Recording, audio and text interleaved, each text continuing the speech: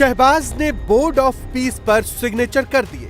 पाकिस्तान में हाय हाय के नारे लगने लगे। ऐसे लगता है कि अभी अभी फतह करके आए हैं मोहतरम, और झंडे गाड़ के आए हैं, और ये अपने सूट शूट टाई शाई ठीक कर रहे हैं। और ये देखें जरा, ये वॉके हैं। शहबाज शरीफ हर जगह पे फील्ड मार्शल के भी हाथ पकड़ पकड़ के आगे लोगों से तारुफ करवा रहा है। उन्होंने कुत्ता रीजन में जो पाला हुआ है, बुलडॉग जो होता है वो जो पाला हुआ है, मेटाफोरिकली स्पीकिंग, वो आसिम मुनीर है जिसको इस्तेमाल किया जा रहा है। पहले शहबाज मुनीर की दावोस में बेइज्जती, अब अपने ही मुल्क में हो रही भारी किरकिरी। दिया बुझने से पहले बड़ा फड़फड़ाता है, डकैत, लुटेरा, कज़ाक। आपको शोले फिल्म का डायलॉग तो याद होगा, ठाकुर ने की फौज बनाई है, और डेवोस जाते हुए भाई साहब के साथ आसिम मुनीर भी गया। किसी का आर्मी चीफ नहीं आया सिवाय पाकिस्तान।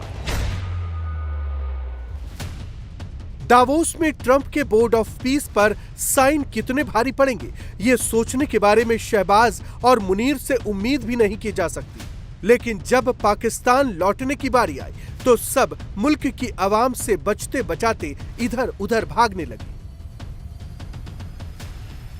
शहबाज एक प्लेन से लंदन भागे, मुनीर दूसरे प्लेन से रावलपिंडी भागा, बाकी के पाकिस्तानी मिनिस्टर्स तीसरे प्लेन से इस्लामाबाद भागे। कहीं भी भाग लो, लेकिन बचोगे कैसे? पाकिस्तानियों ने अपने वजीर आजम से लेकर पाकिस्तानी फील्ड मार्शल को जी भरकर ताना मारा। davos में 3 जहाज गए। एक जहाज शहबाज शरीफ लेकर गए 150 सीटों वाला। देख लें, ये इकट्ठे नहीं गए यहां से। इन्होंने देखे उनको टैक्सियां बना दिया। कोई सर्जरी करवाने जा रहा है, कोई कार्ड बांटने जा रहा है। अभी davos में वकास साहब खबर दे रहे हैं कि 3 जहाज गए। वकास साहब कह रहे हैं कि एक ये फॉर्म 47 का प्राइम मिनिस्टर लेके गए, एक फॉर्म 47 के फॉरेन मिनिस्टर इसाक डार साहब जहाज लेके गए, और एक हाफिज साहब, तो उनके रखो वाले जो हैं हाफिज आसिम मुनीर साहब, वो एक जहाज लेकर गए। ये सारे एक जहाज में नहीं जा सकते थे। जहाज 150 सीटों वाले में ही चले जाते, चले बड़े में नहीं, क्योंकि आगे इन्होंने अपनी अपनी दुकानदारियां इन सब की आगे, किसी ने उधर को जाना है, किसी ने उधर को जाना है, किसी ने उधर को जाना है। दावोस में शहबाज मुनीर की बेइज्जती भी कम नहीं हुई। मंच पर आखिरी रो में बिठाया गया।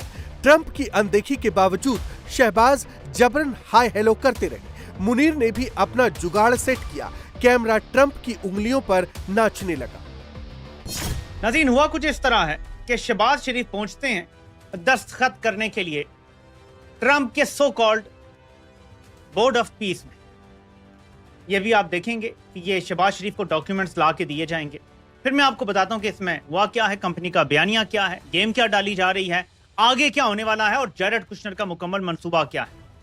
ये शहबाज शरीफ कान में कुछ लगे हुए हैं, ट्रंप को कुछ बता रहे हैं, और ये देखें बड़ी शाबाशी मिली है। ये देखें, वेल डन वेल डन।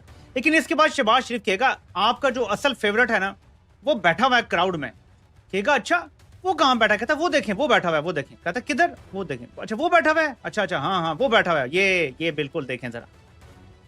तो यहाँ पे भी पॉलिश कर गया कि कहीं फील्ड मार्शल बुरा ना मना जाए, तो मैं ट्रंप से हाथ मिलाते हैं, कह दूं उधर भी जरा इशारा करते हैं, वो अपा जी वहां बैठे हुए हैं, उधर वो जो मुझे लाया था ना, वो जो फॉर्म 47 पे, वो वहां बैठा हुआ है। 2 दफा का रिटायर्ड फील्ड मार्शल जो है वो वहां बैठा हुआ है।